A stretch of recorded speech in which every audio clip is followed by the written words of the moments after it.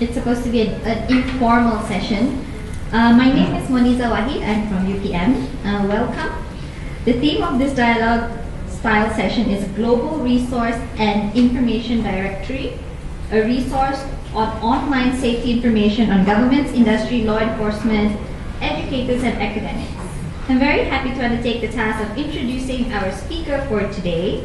We are extremely fortunate to have with us Mr. Stephen Balkam,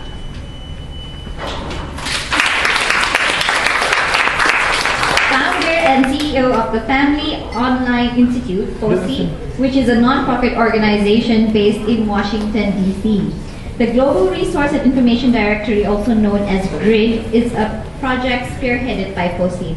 Mr. Balkam is an advocate and a very resourceful person concerning the culture of safety on the online world.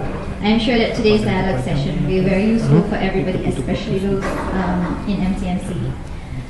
Mr. Balkam's efforts on online safety started in the 90s, according to the internet. Since then, he has been awarded the Karl Bertelsmann Prize in Gütersloh, Germany, for innovation and responsibility in the information society, and was invited to the first and subsequent White House Internet Summits during the Clinton administration in 1998. And I've been dying to find out if you went to the White House and did you meet the Clintons? I did. I hope to hear more about it after this. In 2001, Stephen served on the U.S. Child Online Protection Commission, COPA, and was named one of the top 50 UK movers and shakers internet magazine. This was in 2001. Mr. Balkam has a wide range of leadership roles in the non-profit sector in both the US and the UK in the last 30 years, and I think he'll be more than happy to share with us his experiences. Without further ado, I proudly present to you our distinguished speaker for today, Mr. Stephen Balkam. Please give him a round of applause. Well, thank you. Thank you very much for that very kind introduction, and good afternoon, everyone. Can you hear me okay? Yep. Yeah, okay. So I think that as much as I'd like to share some of the work that we've done, and I want to talk a little bit about my organization, Family Online Safety Institute, and particularly our GRID, I do also hope that we'll have an opportunity, and I particularly would like to hear your own experiences, what you're dealing with online, what you're dealing with as some of you might be parents, some of you might be teachers, or just simply working with children and young people in this space, because it is an increasingly complicated and complex and fast-moving area, to say the least. So I think the idea was I was going to just talk for a few minutes, and then we'd invite some dialogue and some conversation. So let me just begin by saying a few words about FOSI, the Family Online Safety Institute. We're an international nonprofit organization, and there's the mission right there, working to make the online world safer for kids and their families. And we work in three specific areas. We call it the 3 Ps of public policy, of industry best practices, and good digital parenting. And given where we're sitting right now, I do want to mention that in terms of public policy, we work quite closely with the FCC, the Federal Communications Commission in Washington, D.C., but also I serve on the UK Council for Child Internet Safety, which is chaired by Baroness Joanna Shields and 2 other government ministers in the UK. And we also work quite closely with the European Union in Brussels, and we have a member, Telstra, in Australia. So we work quite closely with the Australian government. In fact, the new e-safety commissioner, Julian Grant, is someone that we've worked with over many years. So we have a very international reach. This is an international issue, but it's also a very local issue. It's an issue that happens in everyone's home. And parents are really struggling to figure out how best to control and maintain their kids' internet usage, as much as teachers are finding it tricky. And this morning, how many of you were at the session this morning? Let me just have a quick show of hands. So I apologize if I'm saying some of the same things I said earlier this morning. But one of the comments we heard this morning was teachers struggling to control their own children when they're pulling out cell phones and they're pulling out their own personal devices. So it's an issue that we're facing across the board. I will just add a bit about, actually, tell you what, I'll go to our members page. Oh, there's no internet connection. Oh well. It's okay. Yep. Please give me 30 seconds. You know what technology is like. In fact, someone gave me the definition of technology is it doesn't quite work yet. Okay. Thank you. Yep. Stay very nearby. I So let me just go to the. There we go. There we go. No, it's not where I thought it was. That's okay. Don't worry. We have over 30 of the top companies from Amazon to Yahoo in membership. And we have folks like Facebook and Google and Microsoft and so on. And Netflix, in fact, is one of our more recent members. And what's interesting is working with the companies, we try to improve their trust and safety efforts as well. So I sit on the Safety Advisory Board at Facebook. We recently got appointed to the Trust and Safety Council at Twitter. And we offer advice and support to Google and to many of the other large companies to try and make sure that they have taken children and young people into account when they're developing their new services. And last but not least, I wanted to talk about good digital parenting. This is the area where many folks are struggling in terms of how to set rules, how to set sanctions for their own children. Our own phrase that we use for good digital parenting is empowering parents to confidently navigate the web with their children. And notice we're saying the word empower. So to empower, you have to give information, you have to give them skill sets, you have to give them experience in order for them to then pass their values on to their children. But also we use the word confident. We don't want to scare parents. We see an awful lot of online safety presentations given particularly by law enforcement. I don't want to say anything against law enforcement, but certainly in my country, in the United States, when the cops come in, they start pounding the table about internet dangers and usually scare the life out of the kids. Or more likely, they scare the life out of the parents. The kids are like, whatever. Kids don't really respond to fear-based messaging. They tend to switch off and think that those stupid adults don't know what they're talking about. But the problem with fear and the problem with fear-based messaging, and by the way, my background is in psychology, is that fear tends to be based in the primitive parts of the brain. And when you're in a fearful state, it's fight, flight, or freeze. And it switches off the links to the frontal cortex, which is where analysis and judgment and discernment and reason resides. So we want parents to be operating from the front of their brains, not the back of their brains. All right, so that's just a good thing to bear in mind. So that's good digital parenting. In the morning session, we talked a little bit about the 7 steps to good digital parenting that we have on our website, and I highly recommend that to you. By the way, all of our resources are free. We don't charge for them. Our companies who support us make it possible for us to provide these sorts of resources. So that is good digital parenting. Now I wanted to show you our grid. This is the Global Resource and Information Directory. And this, as you can see from the logo, I hope it's showing up right at the bottom there, UNICEF funded this project. And the idea behind GRID was, as it says on the screen, to capture the challenges, but also the very positive responses to online safety issues around the world. And to that end, we have tried to capture in as many countries. We haven't quite reached every last one country of the world, but Malaysia is definitely represented. It's in this link here, right? All right, let's go straight to Malaysia. Just to give you an example, and you can see all the other countries that are represented here on the left-hand side. The idea is that we would want to, to list the educational efforts, the NGOs, the research organizations, every piece of law and child online sexual exploitation issues that occur in that particular country. And as you can see, we also have a summary at the top of the population of under 14s that are well, so 28 point, according to the most recent statistics, 28%, nearly 29% of Malaysia's population is under 14, which is a pretty significant figure. 67.5%, I've heard from this morning's session, is already outdated. It's over 70% internet penetration here in Malaysia. We estimate, or Facebook has told us that more than 18 million Malaysians are on Facebook. But what I find stunning is that there are 45 or 42.5 million mobile subscribers in a country of only 30 million. So that tells you something about how much you guys love mobile phones. Is that right? Yes. From my very first I got into the airport last night and I had to wait for a car, and I just saw exactly what that figure was talking about. Everybody was on their phones.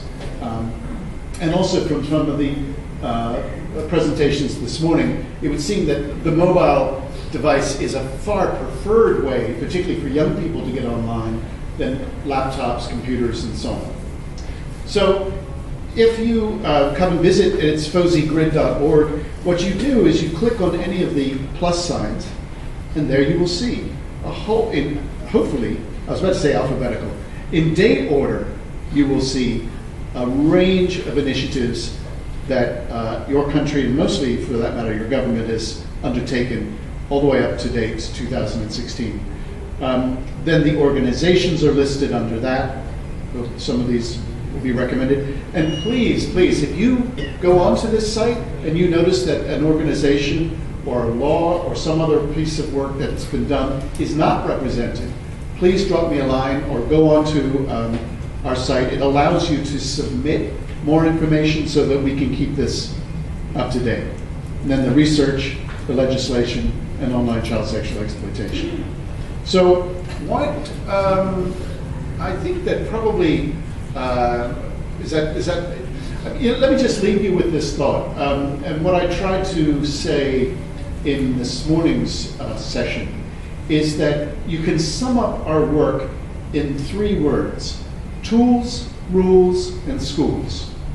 Okay? So tools meaning the filtering tools, the monitoring tools, the ways in which you as a parent can block material that you don't want, particularly for your younger children to see, or the privacy settings. So make sure if your children are on Facebook or some of the other social media sites that they use their privacy settings so that everything is not public.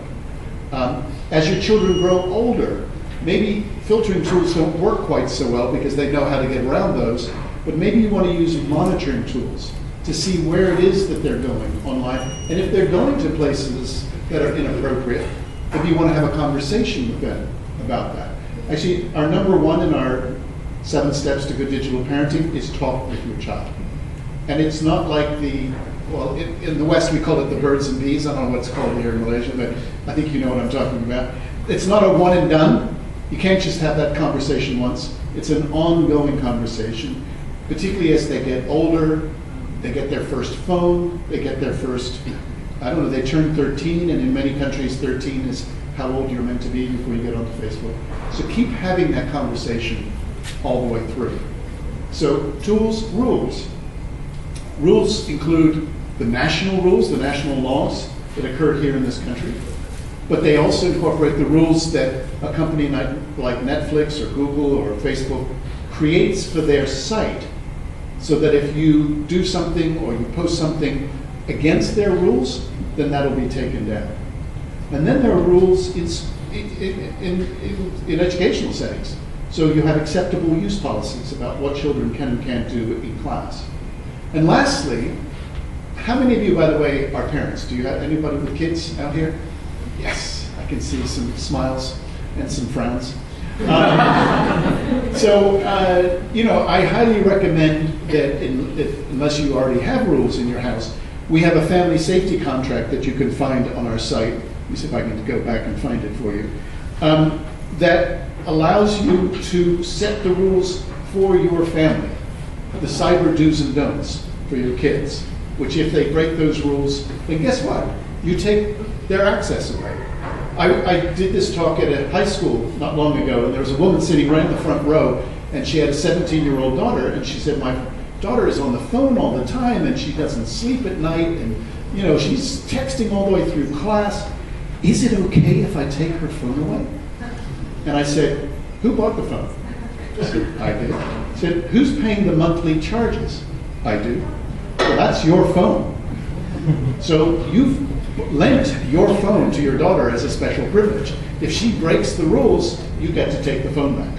Oh, thank you so much. She never thought that she could actually do that. We see parents who put a laptop, a TV, and a phone in their child's bedroom and walk away, hoping that all will be okay. I trust my child, they say. Not a great idea, folks. Not a great idea. We actually advocate the idea of having what we call the charging closet. So every night you put your phone in the closet to charge up. And I mean everyone. That includes mom and dad too. Don't use your phone as an alarm clock, people. Because if you do, look at a shocked look there. Don't do it. The reason is, if you use your phone as an alarm clock, what's the last thing you're going to look at before you go to sleep? And what's the first thing you're going to look at before you even get out of bed? Psychologists are already telling us that the light that comes off a phone will keep you awake for at least another half an hour, if not 3/4 of an hour. And we have people who literally, before they've even brushed their teeth, are doing this. And if you are doing that, guess what your kids will be doing? They will be following you. Put it in the closet, give it a timeout, give yourself a break, and get the balance back into your lives. So, tools, rules, oh yes, schools.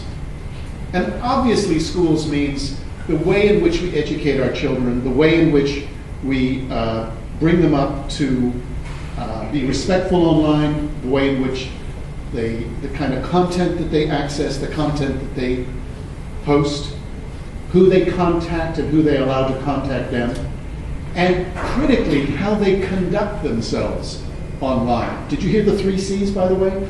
Content, contact, and conduct. And when I'm talking about conduct, I'm talking about cyberbullying, I'm talking about sexting, I'm talking about overuse, oversharing. So we have to use schools to get across the message of using digital technology responsibly. The term we used this morning was digital citizenship. Our rights, but also our responsibilities online. But also, schools means educating parents. And I have to tell you, we've done a lot of work with teachers, we've done a lot of work with kids, but I think the group of people who need the help the most, and at least in my country, are the least well served, are parents. Parents probably have the least information, the least way to make decisions. They feel overwhelmed and at a loss compared to their own children. They feel like their kids are way ahead of them in terms of digital technology. I used this phrase this morning in the question and answer time. Technology, or digital technology, and computers and the internet is the first technology in human history where the kids are leading the adults. So if you think about farming, we taught our kids how to plant seeds and to harvest and to store the grain. We brought them later into the factories during the Industrial Revolution, and we showed them how to use the looms, and we showed them how to use the engines, and we called that apprenticeship. But now when you come back from a store with a big flat screen TV and a new computer, you want a 13-year-old in the house to help you set it up, right? And it's a very humbling experience to have to sit down and ask your son or daughter to explain Instagram, right? Or Twitter, or whatever. But it's an incredibly important conversation to have. And allow your child to explain it, and allow your child to, as it were, teach you, but then become a parent again. Then lay down the laws. Make sure that you are conveying your values and basically what is acceptable or not as a family to them. So don't just give up like the parent who just puts all that technology in their child's room and walks away. But also don't become like the father that we talked to for our research recently, who cloned his 17-year-old daughter's phone so that everything that she did, he got a record of. I don't think that's the best form of parenting. So we've got to get that balance right, and that's the tricky area. So I think probably with that, I'll stop, and then happy to take some questions.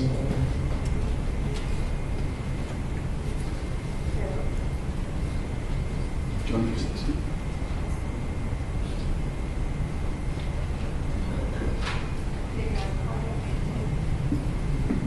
Okay, ladies and gentlemen, that was a very comprehensive introduction to POC, really. And also for those who did not attend the morning session, the whole concept about tools, rules, and schools, and as well as the introduction to the 4 Cs. So anybody has any questions, whether in the capacity of a member of MCMC or as a parent or as an educator? Yes, sir. We're figuring out the mic. I can speak up. I'm Patrick So from Multimedia University. My research is on internet addiction, usage and risky behavior, as well as addiction by ICT workers, cyberloafing, and by students. My concern is that two things. One is that the technology lags behind the risk. By that I mean if some of you have seen the YouTube Predator in my handphone. Yeah. Sorry, can you repeat what you said earlier? What? The technology lags behind the risk. The risk? The risk, the safety measures of technology is far behind the risk, the dangers of technology. Let me give you an example. Today in Malaysia, we have 10, 11 years old girls being what's the word? Being groomed, sexually groomed through their handphones. Yeah, through their handphones for encounters with men or with women or whatever, and being raped. And these things are pretty commonplace. Okay, that's one. The other one is things like, even as a parent I'm concerned, my son go into the internet and he's watching innocent YouTube or whatever thing, and suddenly there comes up all kinds of other things that he goes into also, just as a naive, innocent guy. So my concern is that the technology really, even by the big companies, they don't seem to be, how do I say, motivated to address the dangers and the risks of all these things. So, yeah. Okay, so I think I understood.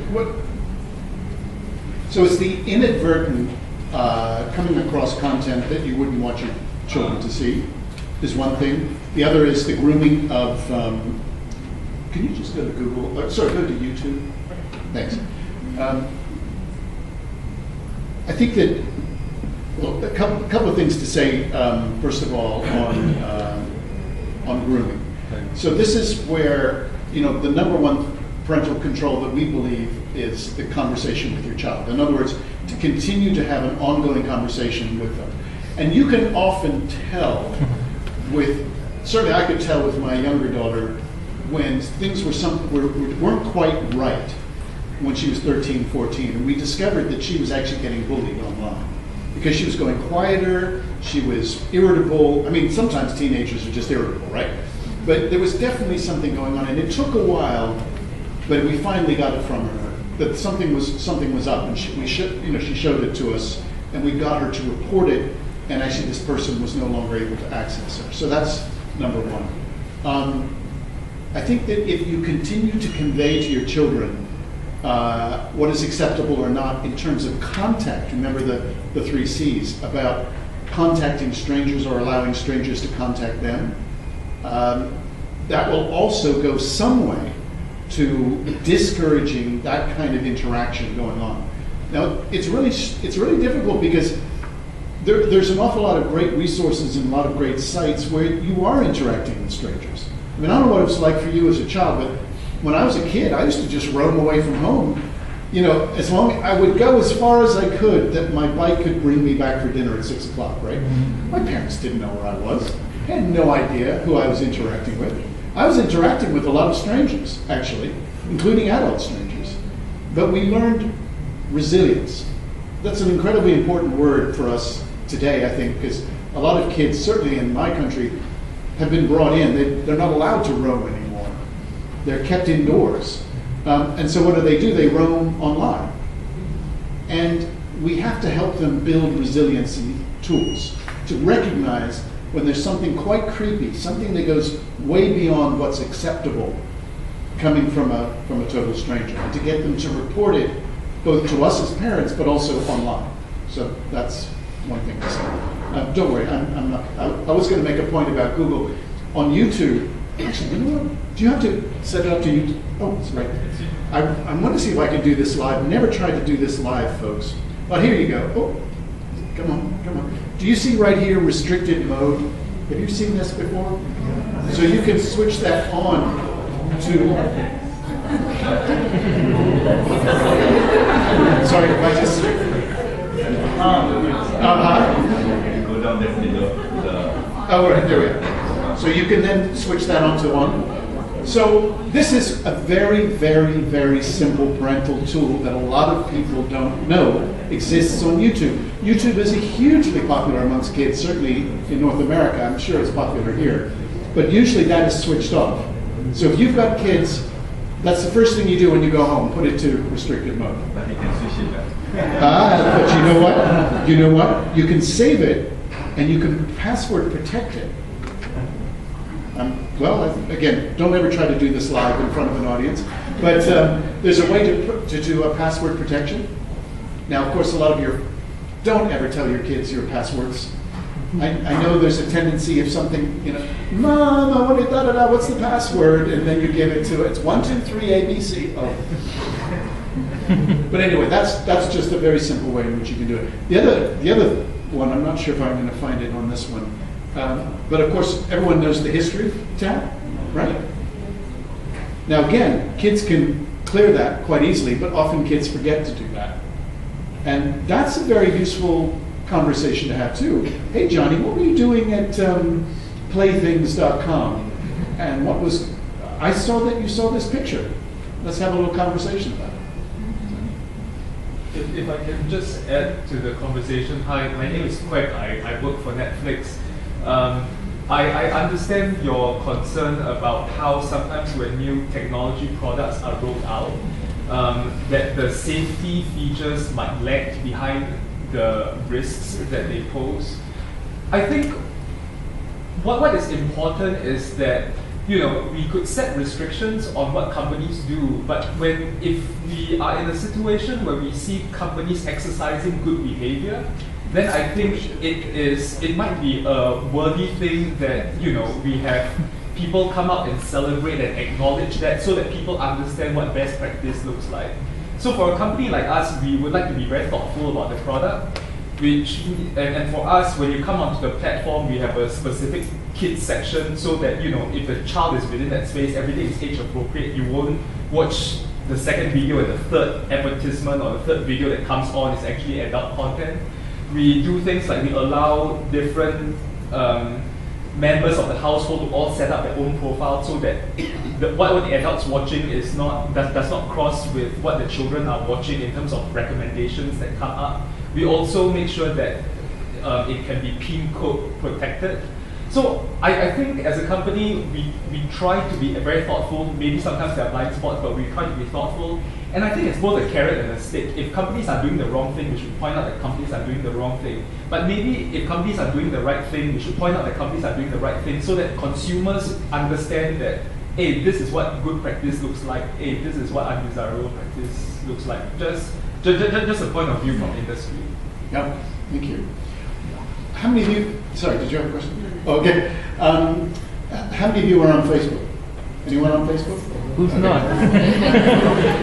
How many of you have been to this page on Facebook? Yes. Okay, that's good. What we find, interestingly enough, is that kids use this more than their parents. Yeah. Isn't that interesting? Because actually teenagers, particularly teenagers, very much value their privacy, or privacy as they say in the UK. And parents are often oblivious and have no idea that you can actually set it to private settings. We find parents posting remarkable stuff about themselves and their kids, thinking that just their friends will see it. Well, if you don't set the privacy settings, the whole world is going to see it. And with recent research, we found that 10% of parents admitted that their children had asked them to take things down off of Facebook because it was too embarrassing for the children. So we adults have got to behave a lot better. Yes. My name is Rosalie for Financial Islamic Investigation. So, I just want to ask your opinion. Okay? I'm watching CSI Cyber. Alright, it's one of the American series. I would like to ask your opinion in terms of level scale. From 1 to 10, how is the story trying to tell the audience? Is it reliable or is this for the sake of rating? So you're talking about CSI Cyber? Yeah. I don't think I've seen it. Have you seen it? Who else has seen it?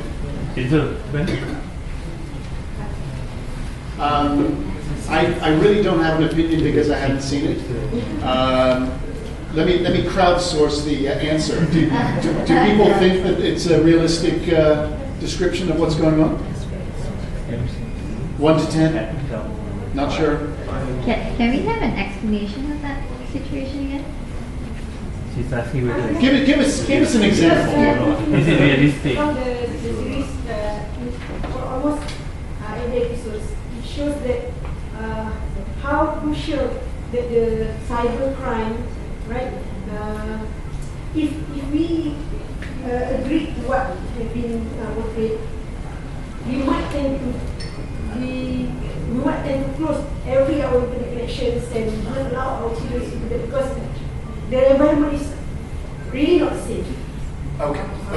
By seeing that series, that's why I'm asking: is that just as a grade, or is really things happen, or is just safe for rating for that programs? Well, first of all, it's a TV show, so it's there for entertainment. I just have to put that out there.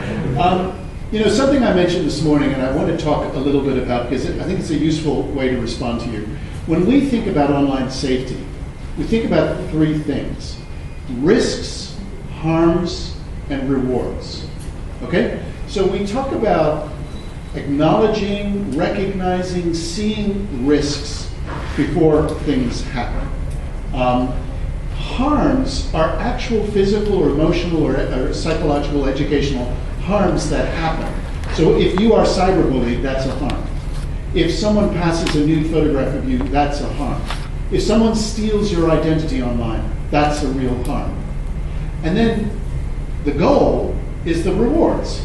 I mean, when we ask parents, what are your fears? They give us all of their fears. But then we say, well, do you think the internet is good for your child's education and future career? And 80% say absolutely. They wouldn't take the internet away from their child.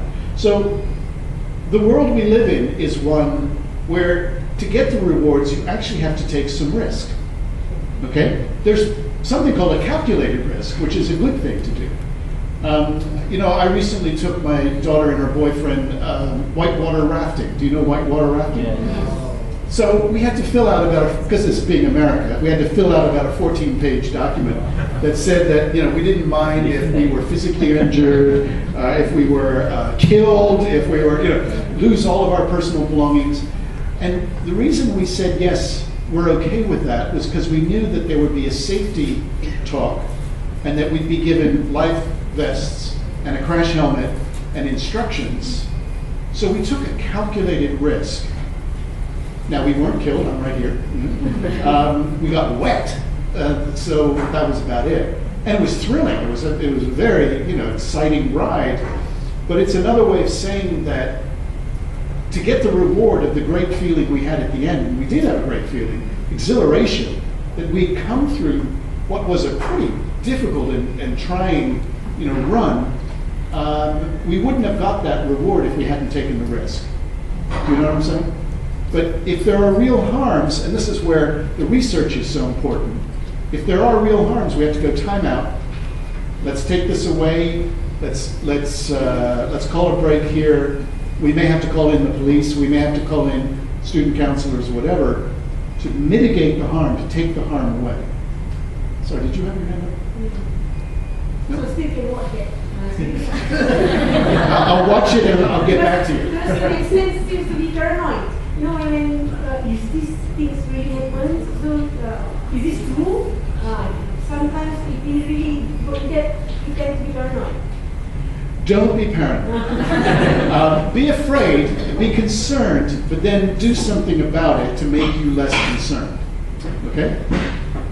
Sorry. No, I just wanted to add, because I have seen some of these episodes. First, it's television, as you rightly put. So you must have the dramatic element there. There must be suspense, there must be thrills. But I find it also quite educational because it does show some concepts and what it allows us to be aware that, you know, there's somebody watching also. It's easy to get information of who is doing what and in what ways we are all connected. Yes. Or how. So it can be, I suppose, up to the viewer to decide what we watch and for what purposes and what am I going to pick up from that program. Right. Because the series is happening in the United States. So maybe there's a advanced technology also happens. So Malaysia how? Don't believe everything you see on television or the internet. And don't forget, and it's funny because we have Netflix here, but certainly commercial television. Are there ads, commercials on this CSI? Okay, so the old trick is if you want to get people's real attention to ads, if you want to get them really to focus on the ad, scare the life out of them right before the ad.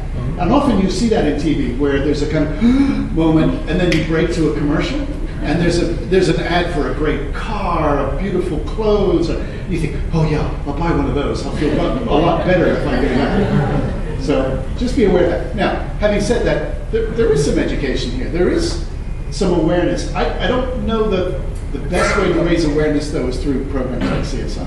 We had a program in the United States to catch a predator. Have you ever heard of this? Awful program. The reason I say it was so awful is what they did was they pretended that there was a 13-year-old girl in this house on her own, and she went into chat rooms and openly flirted with men and invited them over to the house. Now, this 13-year-old girl turned out to be a 22-year-old police officer. And there was a TV crew in the house and the presenter, and there were cops all around hidden in the bushes. And this creep would show up at the door and start interacting, and then of course they'd whoosh in and arrest her. Well, I mean, yeah, you can get stupid men to do stupid things. That doesn't necessarily mean that that's the reality. Because when we talk to 15, 16, 17-year-old girls, they just say, oh no, we delete creeps like that. So, again, don't believe everything you see on television. Unless it's on Netflix, of course. Yes, My name is Kaya from Statistics Department. I just wanted to ask about your opinion with regards how safe the social media to the children. Because for your information, I have experience in conducting a survey with regards children around 10 to 17-year-olds in Malaysia. What I found is some or most of the children interviewed get excited to have a social media like Facebook, WeChat. But the most important that we found, some children, they are like interesting to have more friends, even they don't know who is their friend. Right. Because there's some like when they have a social media in Facebook, there is some groups or I don't know some group everywhere approach children with the message, hi, I know you, like smart and emoji. Okay, so there's a couple of things there. First, I want to just ask you a question. Here in Malaysia, what age do you have to be on Facebook? Do you know? 0. Well, certainly in the United States and in many, many countries, the rule for Facebook is you have to be 13 to be on Facebook. That goes to a law that I mentioned this morning called the Child Online Privacy Protection Act, which was enacted in 1999. and it basically says you have to get parental permission for children under 13 to use your services.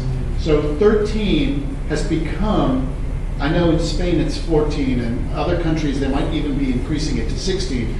But if there's a 10-year-old on Facebook, they shouldn't be on Facebook. But they just manage to put wrong age. Oh, I know. So what a lot of 11 and 12-year-olds do, they say that they're 99 years old. There are a lot of 99-year-olds on Facebook.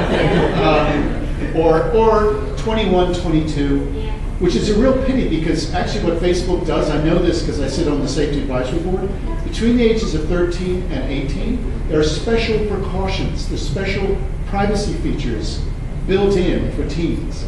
But if a teenager, a tweenager we call them, 11, 12 years old, if they lie and say that they're older than 21, they don't even get those protections. So everything they post is public, which is a disaster.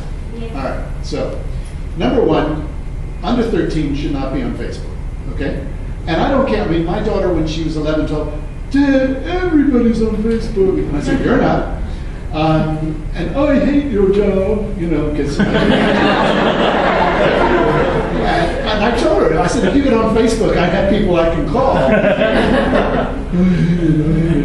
Now she likes my job because I might help her get a job in the industry. Don't you just love kids?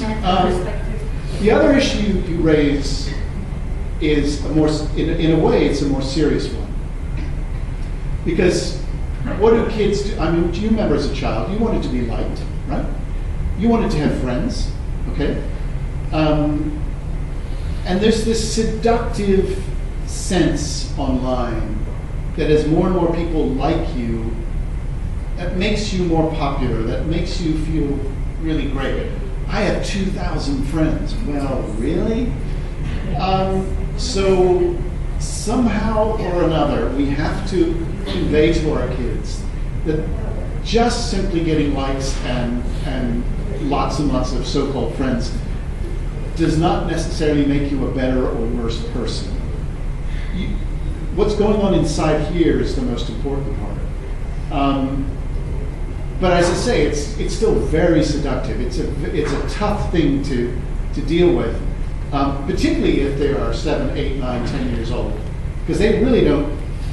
They don't have the frontal lobe. By the way, is not hooked up till they're 25. For heaven's sakes. So you know the brain has got a long way to go before it can understand what's going on in the outside world. So I don't know if I've even begun to answer your question, but I would just say under 13, no. Over 13, have this discussion about who you are as a child, who you are as a teenager, who you are as a person here is far more important than all of the likes that you get on Facebook.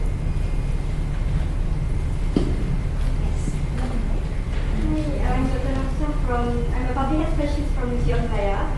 So my background is in health, so I did research on adolescent health, and then actually a few years back I did research on how these adolescents like to receive information on health, and I think sure you can guess where they like to receive information from. They like to receive information from the internet. In fact, they do search information. The one that I want sexual health, so they do prefer to have all the information from the internet. Okay, so when our team realized this, so we try to promote the positive aspect of internet, website, or in fact the digital world like mobile gaming. So we want to promote this as a positive impact to the adolescent. But my question is, how do you think that we can promote this to the public or the world? Because my problem is when I come up with a proposal that I want to propose a game that something as serious game, because now children are not interested in a simple game. When they talk about games, they're all about serious games like Clash of Titans and all other things. So this kind of game will make game more into the world that they think that's a norm. So what we plan to come up with some sort of education using this internet digital base, but I have problem in one getting a grant, getting ethical approval, because when I come up with a proposal, one thing is the negative impact, and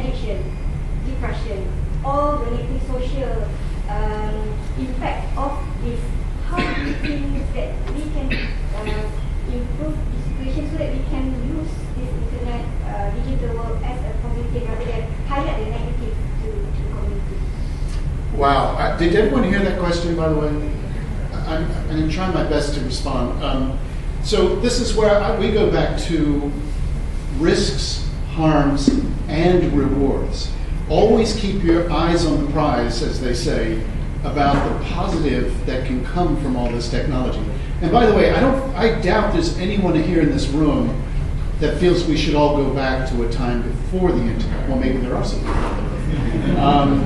But I would doubt that you would advocate that that would be a good idea for children, teenagers, young people, that they just get offline. Okay? So if that's your view, then that's where they're going to live. In fact, that is where they all are already living. In fact, this morning a point was made that kids don't think of it as online, offline. They're just on. We older people talk about going online. No, they're just on. They're just, and you see it with them on their phones. It's just, the phone is an extension of their hand. It isn't, it's a part of the body. And it vibrates so often and everything else, it might as well be a part of the body, which is necessarily healthy. But get back to your point. Is it that you're trying to convince folks to fund you to do this research? Accepting the idea that using this as something positive, because what I see now, there's not many options, because when the children or adolescents go online, if you compare the positive and negative, probably they will go towards the negative rather than the positive. The kids will go to the negative? Is that what you're saying? Or parent? And I mean the children, the adolescents, the youngsters. Youngsters, yeah. Because my concern is the youngsters, because the adolescents, they should know what's right or wrong. But because sometimes the young children and adolescents, they can't really differentiate what is good or bad for them. And then they sometimes the first exposure of certain area, for example, like sexual behavior, they might think that something is normal, like whatever grooming or contacting with the other strangers is normal, because what they've seen or they portray when they access the internet is as a normal. So that's what people, in fact I also worry about what are the negative impact of that. But how we want to try to increase the positive content or the positive of the internet, so that people can use that as a useful tool rather than as a negative. Got you. And so again, this morning we talked about not just filtering, not just protection, but empowerment, but also creating great content for kids. Positive, enriching, and not just content that they're going to consume, but stuff that they can interact with and produce and send back out there. We're seeing a lot of efforts by young people to, do random acts of kindness online, and to bring people up rather than to bring them down. But in the particular issue you're talking about, I don't know what sex education is like in Malaysia. Can you give me some? Is it part of the curriculum, for instance? No. It is, there are parts in which we introduce part of the curriculum. If I just talked about a sore subject here.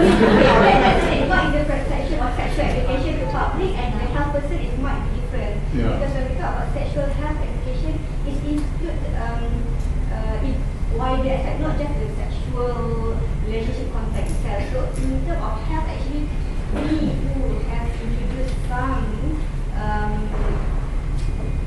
am I correct, Dr. Nick? Yeah. So because I do see that of my children, they do learn about the organ and how the embryo. Actually, this is very interesting. I was wanting to ask the same question about this issue of sexuality education, because there is a relationship. What's happening in Malaysia is that we do annual survey, population survey, Malaysian population survey every 10 years. And one of the questions asked is on sexuality, sexual activity of the young people. So it's every 10 years it's doubling and doubling and doubling. What's doubling? Sexual activity. Oh, activities. Among the young people. We have sex. Yeah. Among unmarried, we have sex. Malaysia is so you have sex. So you say yes. So that the prevalence of sexual activity is doubling and doubling and doubling. Right. Okay. But we also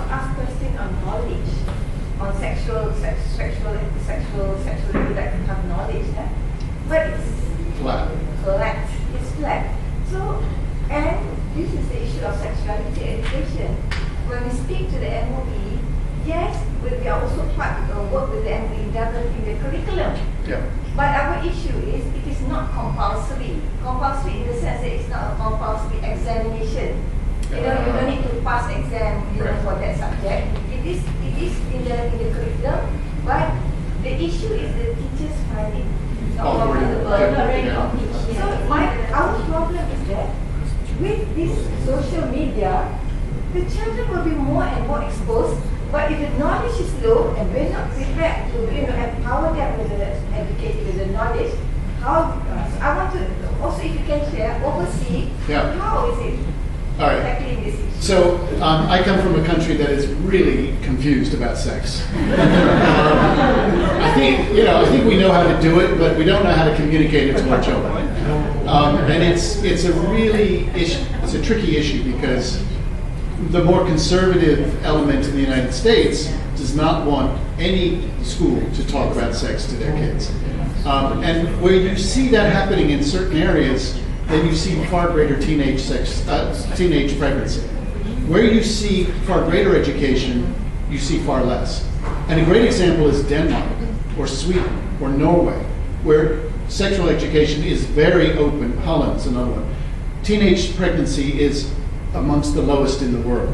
So, you know, if you teach your kids about healthy sexual practices, and actually what the Danes and the Dutch do, they actually say, it's fun. You know, it's good, it's healthy, it's okay, but take protection, make sure that you respect the others. I mean, do it in a loving relationship.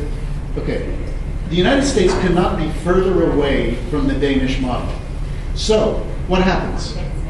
Kids are now getting sex education on porn sites. They think that by going on porn, that's where they will learn about sex, and that's how they should behave when they start to act out. And so, as you're saying, the sex rates are increasing. We're seeing that too. And younger kids getting sexually active and doing it in a way that is perverse. It is not in a loving relationship. It, in some cases, is abusive. And I think that is fundamentally a failure of our educational system. So I would encourage you guys to keep whatever fight it is you're up with the MOE or whoever to say, and go online and look at the teenage pregnancy rates in Denmark, some of the Scandinavian countries, and Holland too, and then look at how they approach sexual education and just make that argument. Now I know that's tricky if there are traditions and certain ways of doing things, but you've got to use real facts. We have a problem in our country now with fake news. I don't know if you have fake news in your country. But I think that we still have to be grounded in scientific approach and in objective reality. I'm a great believer in objective reality, you know what I'm saying? Any other questions?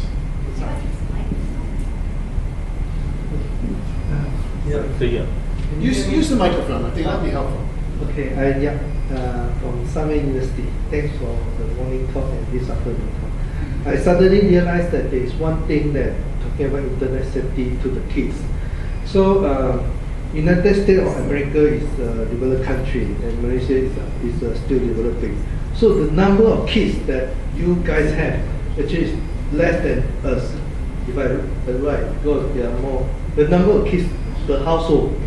Okay, so average maybe you guys have 1 or 2 kids, but in Malaysia we may have 4 or 5 or 6. Okay, depending on if you are in kampong, which is in Malay, is in village, there are more kids. So I suddenly realized that have you conducted any research to study how kids can teach each other to bypass the internet safety? For example, we're talking about parenting control, but actually they don't care about us. They can teach each other. Sure. So have you got any idea, especially for our kampong or village? I mean, in city we have number of kids lower, but in kampong we have 4. Even in city, myself, my kids, they can teach each other. without me. And of course, if one know how to bypass, the rest follow. Not to mention, even 1 year old baby, boy baby, infant, they know how to bypass. Follow the elder one. Yeah. Do you have any research output? Thank you. Wow. Well, actually, it's a very useful question because I'm one of 8 children. I have 7 brothers and sisters, and I'm right in the middle. And I used to learn a lot of stuff from brothers and sisters. That was the old days. Now the young infant, they are more clever than ours. Well, there's a great video on YouTube of a 2-year-old opening an iPad for the very first time, and her dad's videoing this 2-year-old girl. And within a few moments, she's just doing this, and she goes online without any instruction whatsoever, and then shows it with a big smile to her dad. So yeah, it's almost as if the kids are coming through with chips already embedded. I think that we have to understand that whatever filters and controls we put on, kids will try to get around them. And the larger the family, the more likely that the older kids will help the younger kids to get around. We promote the use of filtering tools and monitoring tools, not because they're 100% fail-safe, but because they're at least, they're a tool, they're a help. They might slow things down, they might put the brakes. You know what they say about teenagers, they know how to go fast, but they don't know how to brake. So they might just slow some of that down. And also, if they go and see something, you can say, well, wait a minute, how did you get to see that? I put the filter on. Oh, because I went around it, because my brother showed me. Well, then you have a conversation with the older brother as well as the younger one. The number one filtering tool that there is conversation with your child. Regular and often. Put those conversations into rules, into a family safety contract, and then use sanctions. The one way I got my daughter's attention more than anything else was by taking her phone away. That got her attention. And boy, did she do her dishes and walk the dog and do all the chores that she wasn't doing so she could get her phone back. So I don't know if I've answered your question, but I think that's a start. Did you have maybe I can add something that one of my particular research is actually comparing the influence of their peers with the parents. And I affirm what Stephen says is actually the parents' role is overrides that of their friends. Okay, and when I say the role is both roles in attachment, relationship with the child, as well as taking positive steps to regulate their internet usage. Yeah, both are important itself. But the relationship part is key to everything. Because if you don't have a strong relationship with your children, then whatever you say can be viewed as negatively.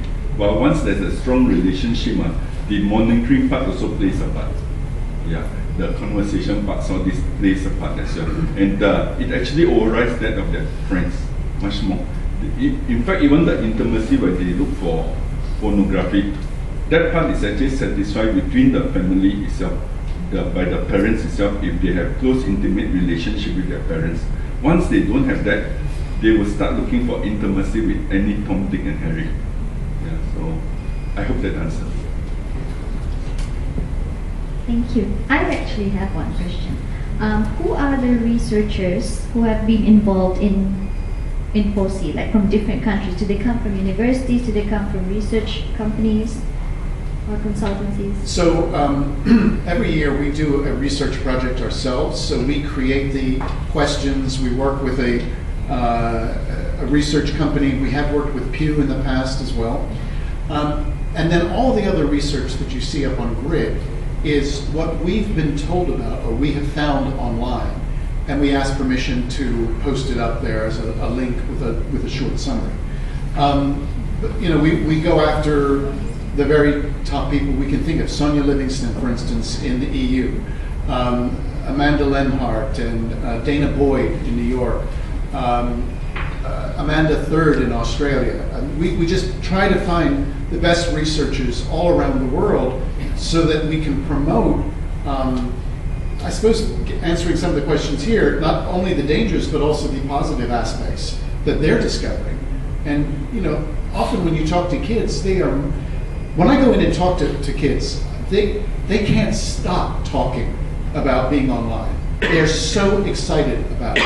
And that is a very positive thing for us as adults, as parents, as teachers, to channel in a positive way. Okay? So if we come into a classroom and scare them and say, this is going to lead you to, prostitution if you are, then they will switch off.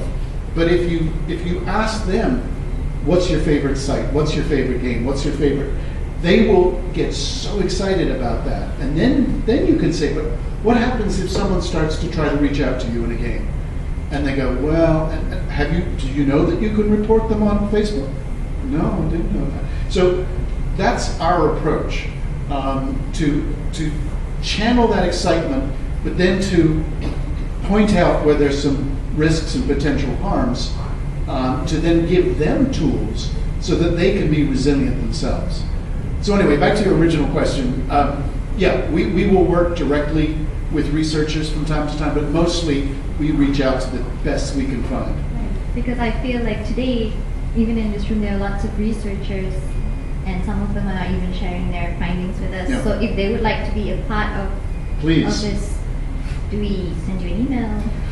You come and see me. I've got business cards. I'm running out fast, but I've got business cards. Also, you can submit it on our website, both at FOSI and FOSIGrid.org. You can submit and say, hey, we got something we'd love you to post up there. Any other question? I think we have time for one more. We have 5 minutes left. Hi, I'm Lynn. I'm from the Advocacy Department at MCMC. So this is nothing too academic. I just want to ask about the trend nowadays of parents or new parents. They like to create social media accounts for their children. And some of the reasons they say, oh, they want a separate account for their kids. Some say, I'm just keeping the tweet handle or the username and give it to them when they're 18. But meanwhile, they put out all this baby photos and all that. So do you think it's a good practice to do that? Thank you. Yeah. Actually, they go further. They actually put the fetus pictures up there. I'm serious. And then they put the birth photographs and the birth videos. And Johnny did his first poop today. And you've got to think, when Johnny or Janie or whoever turns 18, are they really going to be happy about that? My own advice is for parents, sure, they want to reserve a social media account for their kids, reserve it for them, but don't put anything up there. Put stuff up in your own account and mark it private, so just family and friends see it. And then when the child turns 16, 18, whatever, say, okay, do you want to put, here's all the posts, the pictures that we created but kept private. Now it's up to you. Do you want to include this in your social media? Oh, yeah, thanks, Mom. Or, you've got to be kidding me. And in our research, we found more and more that kids are desperately embarrassed by what their parents have put up there. So, look, every parent gets very proud of their children. They maybe like to show off a little bit too to their friends about how wonderful their daughter is and how brilliant their son is. But surely kids have some privacy rights too. And it's the first generation of parents who have to think like this. My parents took pictures of us, and they were old black and white, and then eventually color things they put in books that sat in our living room, and they would bring out to show bored visitors, and they didn't have to think about our privacy, right? So the technology is forcing us to come up with new norms, new behaviors, new rules of the road that have never existed before. So yeah, we're going to make a lot of mistakes, but be guided by what the kids are saying too. Listen to what the kids are saying, and then make as best a judgment as you possibly can. Maybe one more short question. One more short question. Anyone?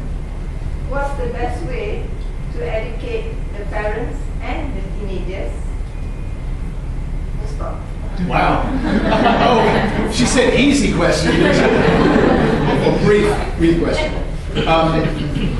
Geez. Well, let's start with the parents. It's offline. So on Good Digital Parenting, there's something called the 7 Steps to Good Digital Parenting. And it's our most downloaded one-pager. And what we try to do you know the Guardian newspaper in England? So a journalist who had 2 kids asked me, for God's sake, just tell me what I'm supposed to do. So it made me think of all of the advice that we give to parents, how could we boil that down to some simple yet still challenging steps? So we called it the 7 Steps to Good Digital Parenting. If you go online, don't worry, it's fine. Just Google it or put it in our website, 7 Steps.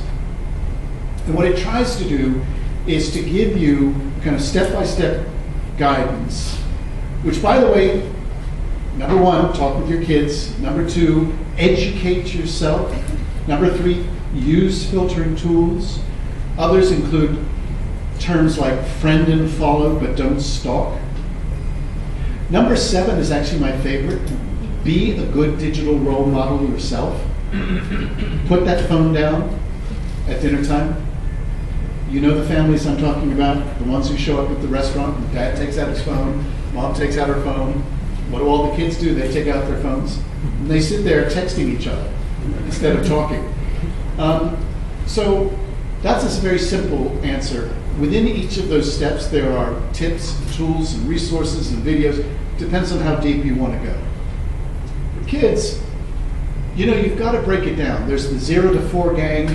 There's the 5 to 7s. You know, the different developmental stages. They're very different messages.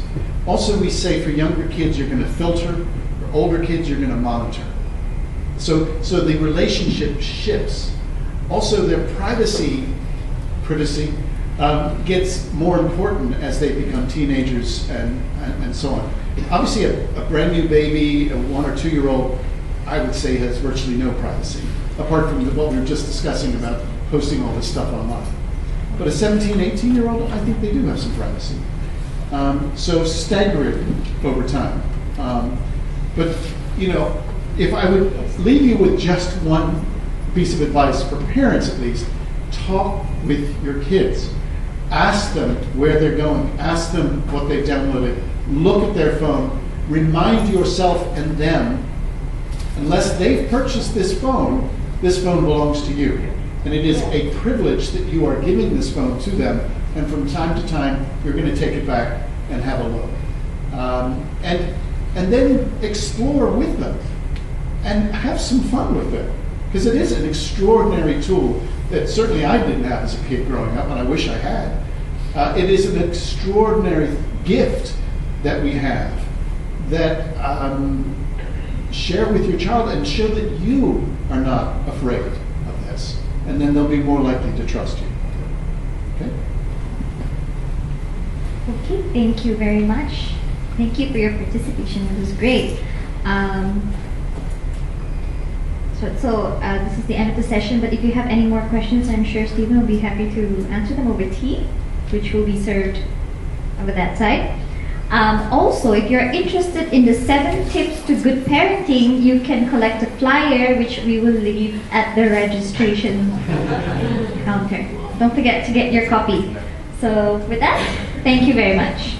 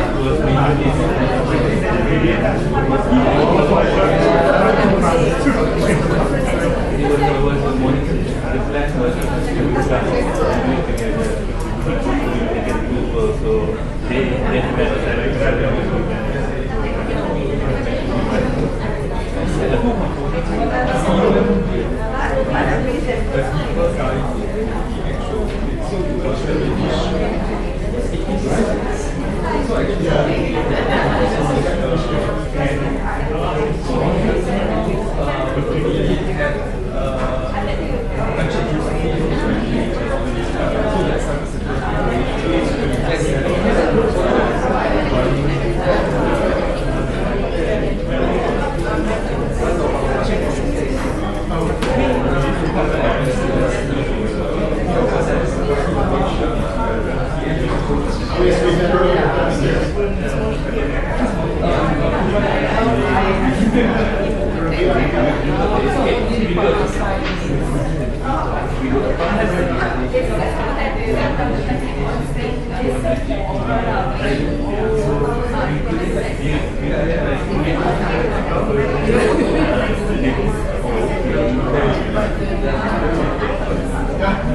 Actually, we have not